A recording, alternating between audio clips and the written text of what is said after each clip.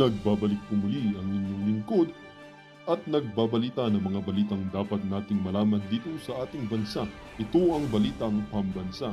Atin ngang matutunghayan sa channel na ito kung ano ang nangyayari sa loob ng ating gobyerno at syempre tumutulong na rin sa ating mga mamamayan na malaman ang katotohanan dahil mayroon tayong karapatan na malaman ang tunay na nangyayari sa ating bansa. Ngunit bago natin panoorin ang balita, huwag niyo pong kakalimutan na mag-subscribe sa ating channel at pindutin ang notification bell para lagi kang maging updated sa ating mga bagong videos na ina-upload araw-araw. At sa ating mga solid viewers naman dyan ay maraming salamat naman po sa walang sawang pagsuporta. At syempre, huwag din pong kakalimutan mag-iwan ng like at i-share ang ating mga videos. At kung mayroon ka naman pang opinion, ang ating comment section ay bukas para sa inyong mga hinaing. Ito na nga mga kaibigan, ating panoorin ang buong video. Salamat po muli and God bless!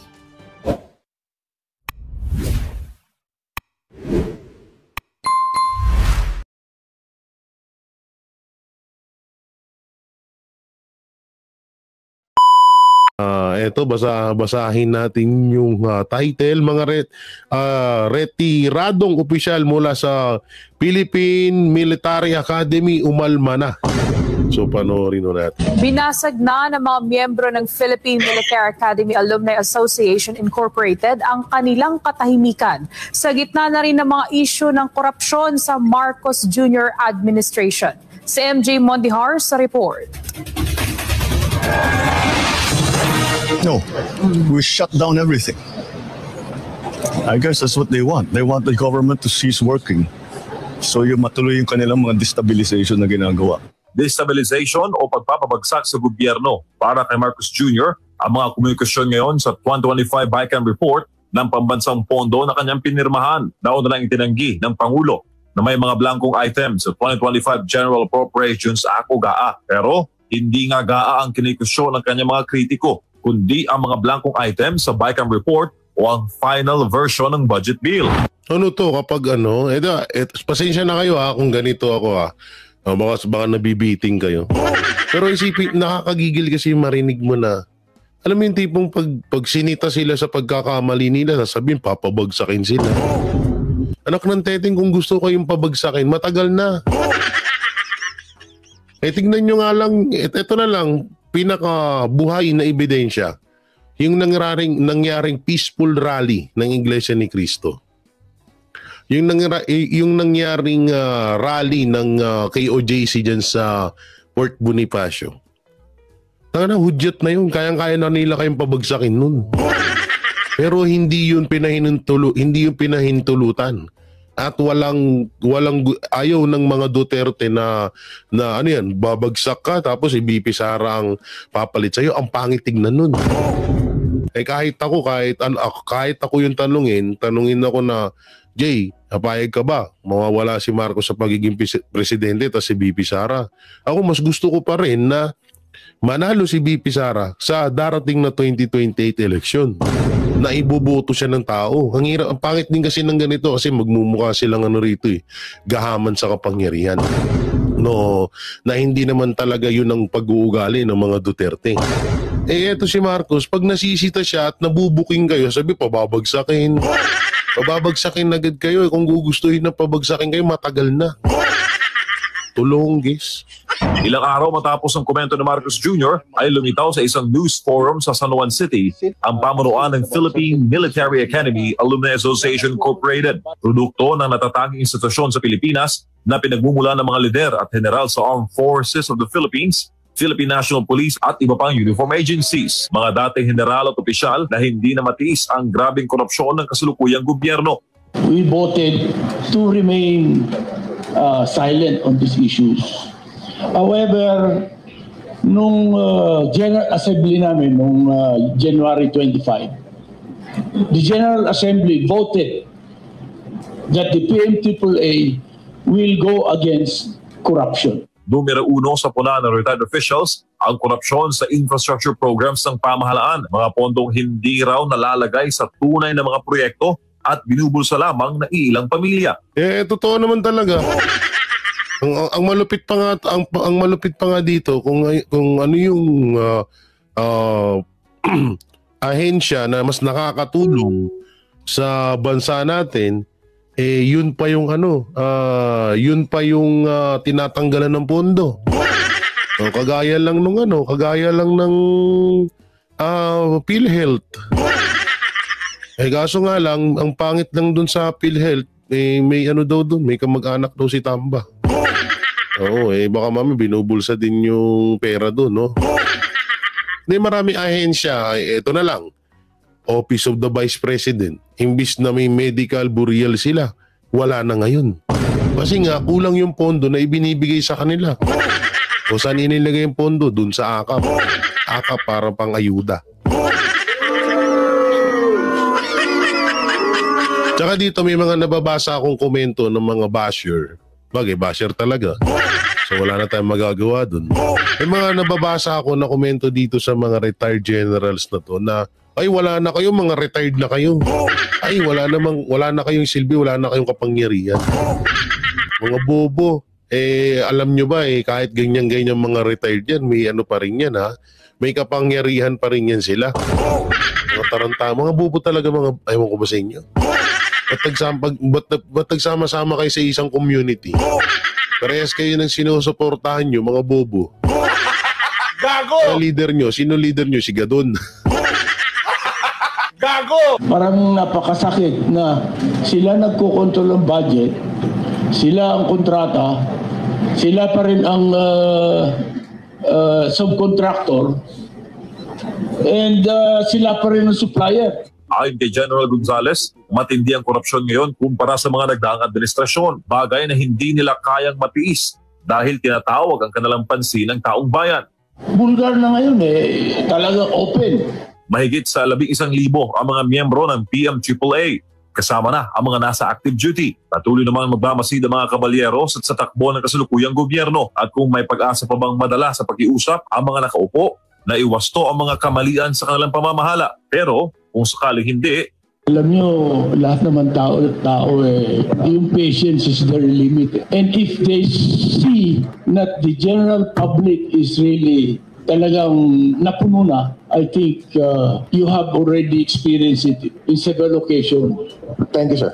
The armed forces, the military will protect the people. Para sa Diyos at sa Pilipinas kung mahal, MJ. Grabe yun, no? Ay, palakpakan natin tong mga mga retiradong opisyal ng Philippine Military Academy, no? Oo, kahit na alam na natin. Ito yung mga tunay na mga nagmamahal sa bansa, sa bayan.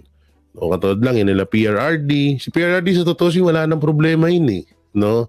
Dahil mahal niya lang ang Pilipinas, mahal niya tayo, kaya siya nagpupursige na may iayos yung sistema ng gobyerno ngayon. Katulad lang nitong mga to, wala naman na itong problema sila. Diba?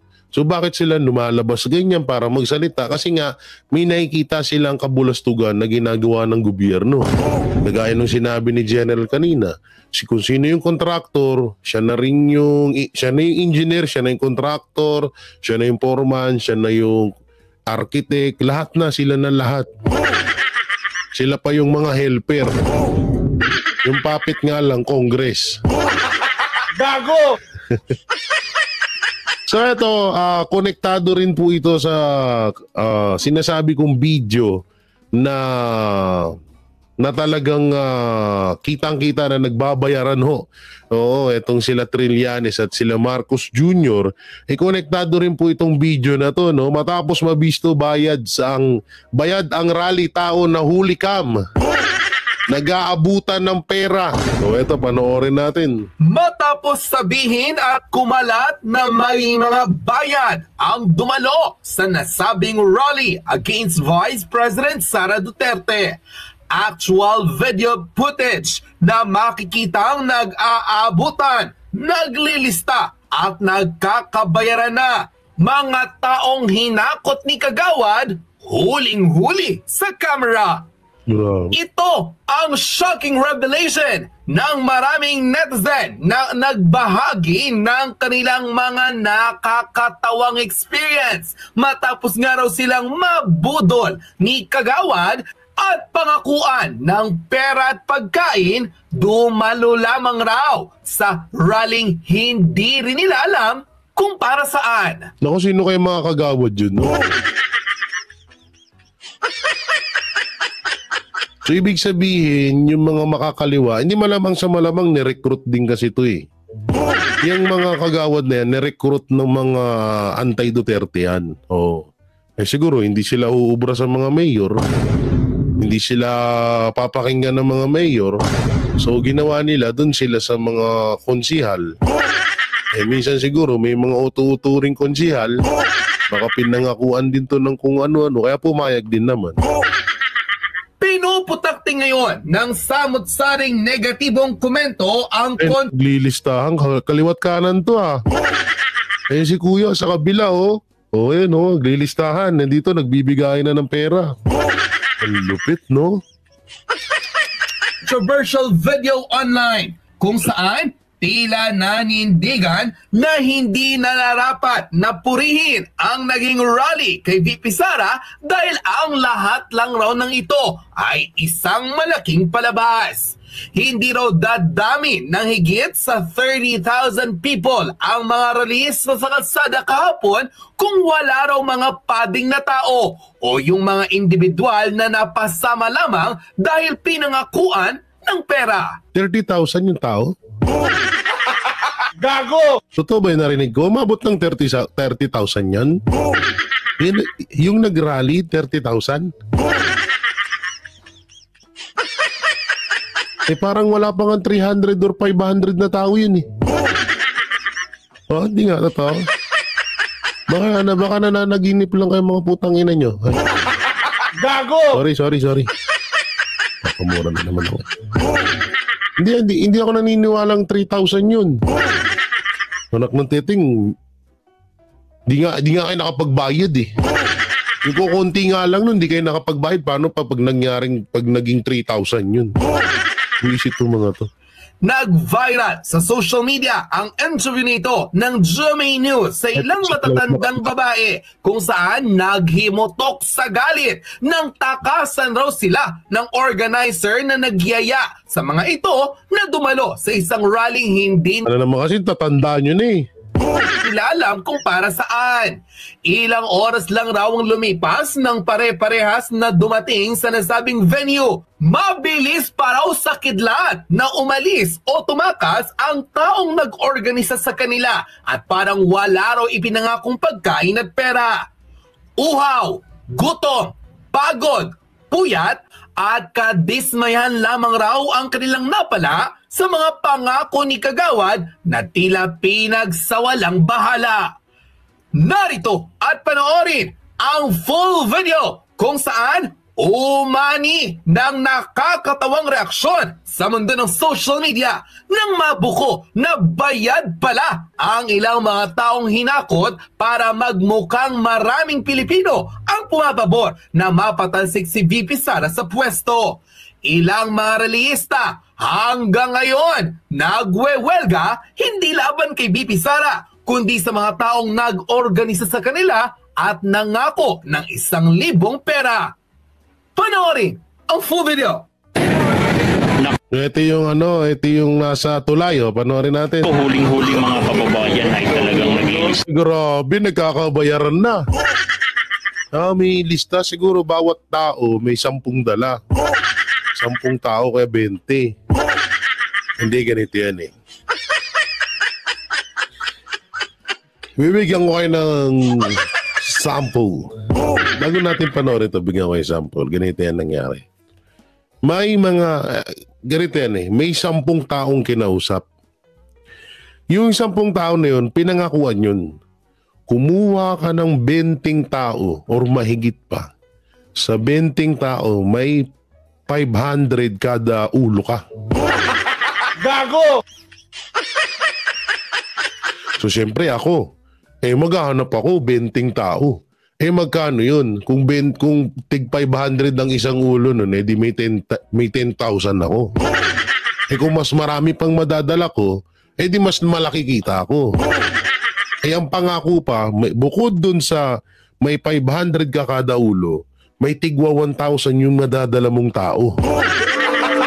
Gago! Eh syempre, yung lalaki, nag-alok naman at mas mapapabilis sa kanya magparami ng kasama. Kasi nga, may 1,000 per head. Eh ngayon, pagdating doon, wala nang pagkain, wala pang tubig, at ang masakit sa lahat, yung pamasahe sa kanila pa na wala naman sa kanilang binayad. Ang masaklap pa dito, yung isang taong kinausap na meron siyang 500 per head sa bawat masasama niyang tao, ang masama doon, yun din ang nangatkong sa kanila. Gago!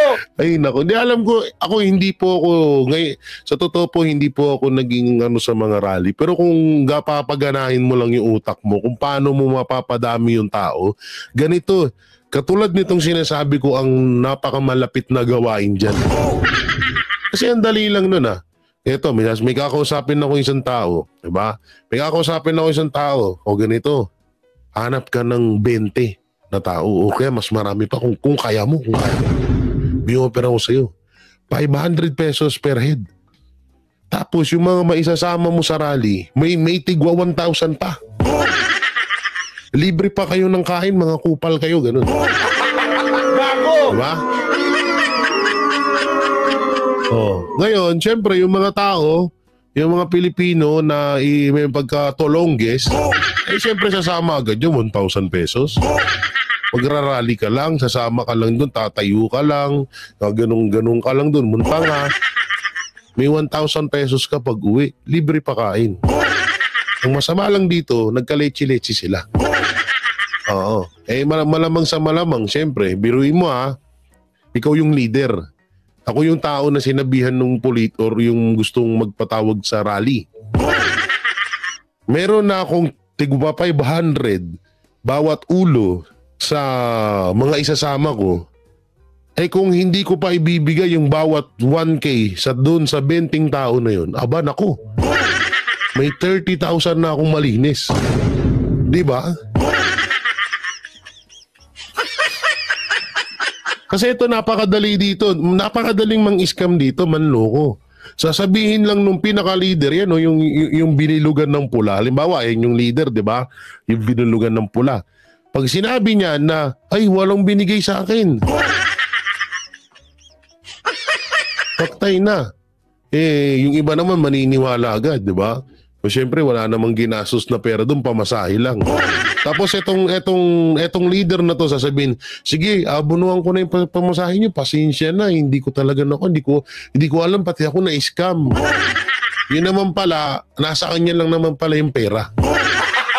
Gago! Kasi nangyari yan sa akin, hindi sa rally.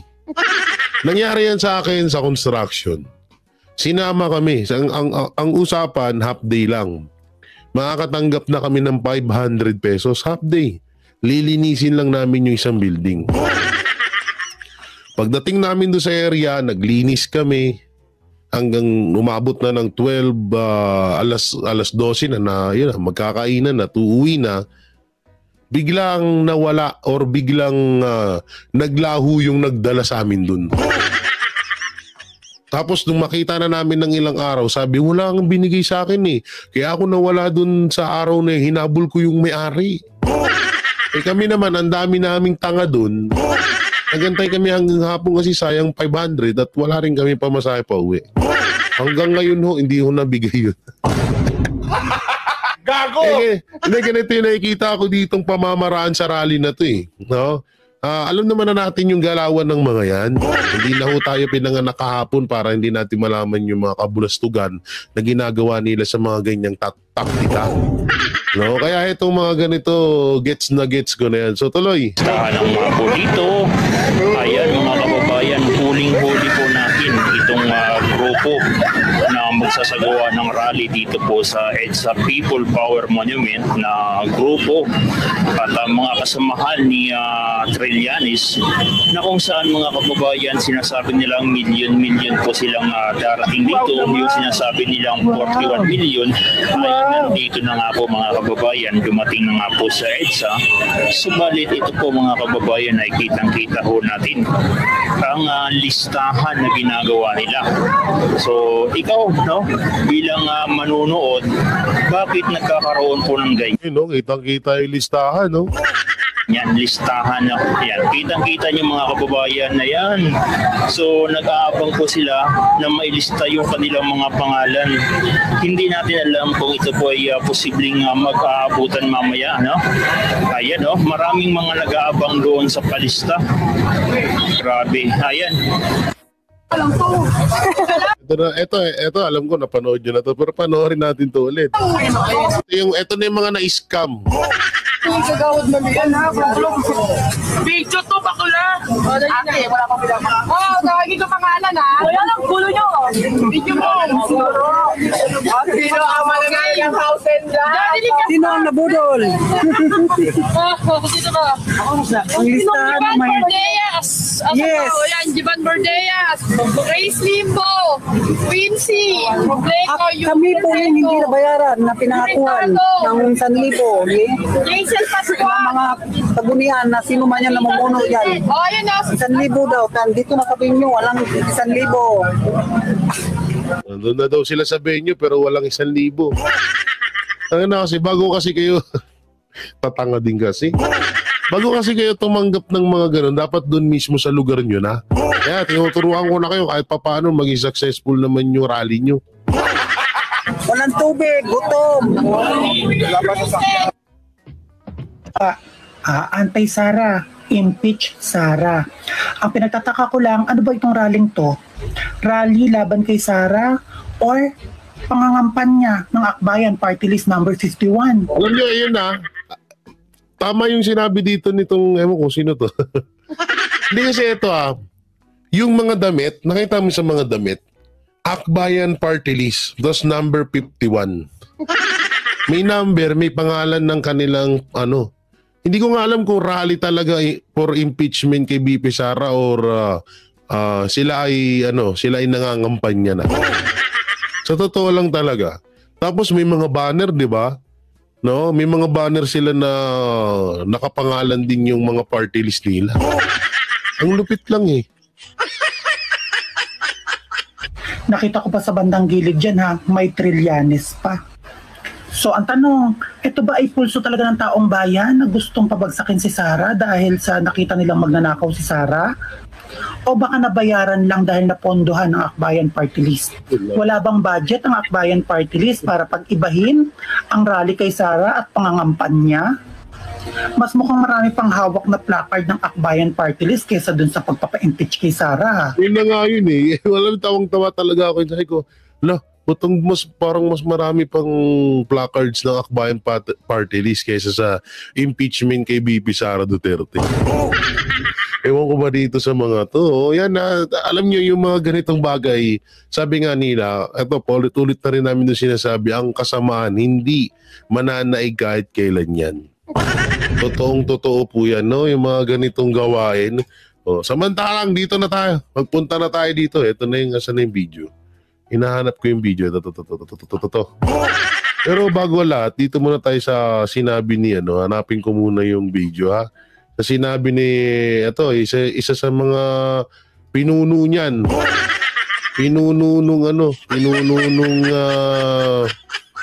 Tawag dito, pinuno nung rally na yan, no? Kala mo naman talaga may pupunta sa may talagang may maniniwala sa kanya, no? Oo, grabe. So dito may post si Trillanes, sabi niya rito, nasaan yan? Wala pa akong nakita na pro Sara sa rally na lumagpas ng 3K. Dito sa NCR, hindi pwede ibaling ang INC rally kasi sabi nila ito ay is support kay PBBM. Tulunggis. Bobo talaga na itong gagong to, no?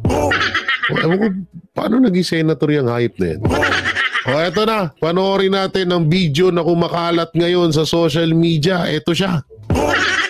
Ayan po lalakihan ho natin para lubos nyo hong makita Oo, eto, meet and greet lang sa tumatakbo na mayor at konsihal.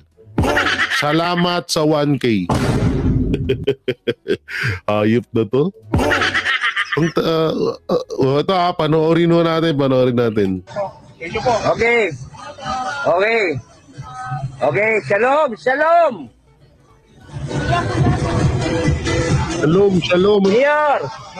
Okay, kumamay. Pagkamay, Okay. Slow mo natin. Ano yan? 1,000 eh. Okay. Oo.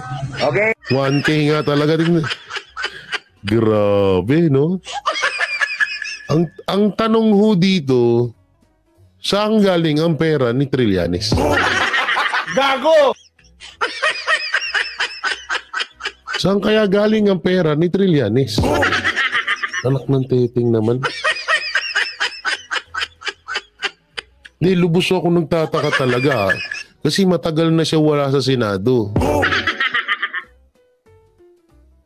Hindi kaya nabayaran din siya ni Tamba.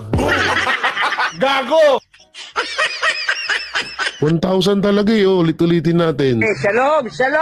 Tanggalin natin. Shalom daw. Yan ulitin natin si Trillanes, hindi naman siguro AI to. Hindi naman na siguro AI to, no? Oo. Lay, kumamay, si Trillanes, nanggigigil pa. Feeling niya, tanggap na talaga siya. Kumamay. Pagkamay, etong nasa likod na lalaki, may inabot. Ayan na. Ang liwanag 1K nga. May logo pa yung parang transparent sa 1K. Ang lupit. Grabe, no? Lantaran na ho yung nakawan. Tapos sasabihin ng Comelec, ginagawa nila yung trabaho nila. Gago!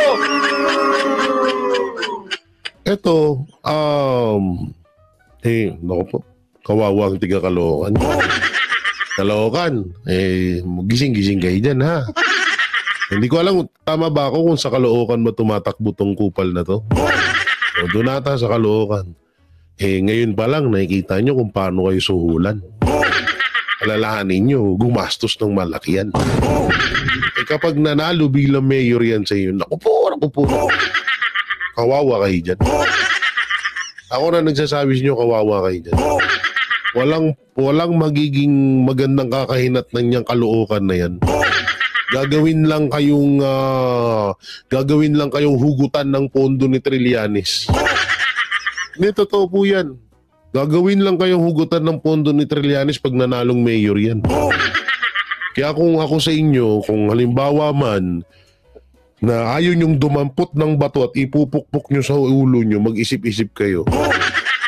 Wag nyo na pong gagawin na dumampot kayo ng bato, tapos kusa nyo ipupukpok sa ulo nyo, wag nyo nang gawin.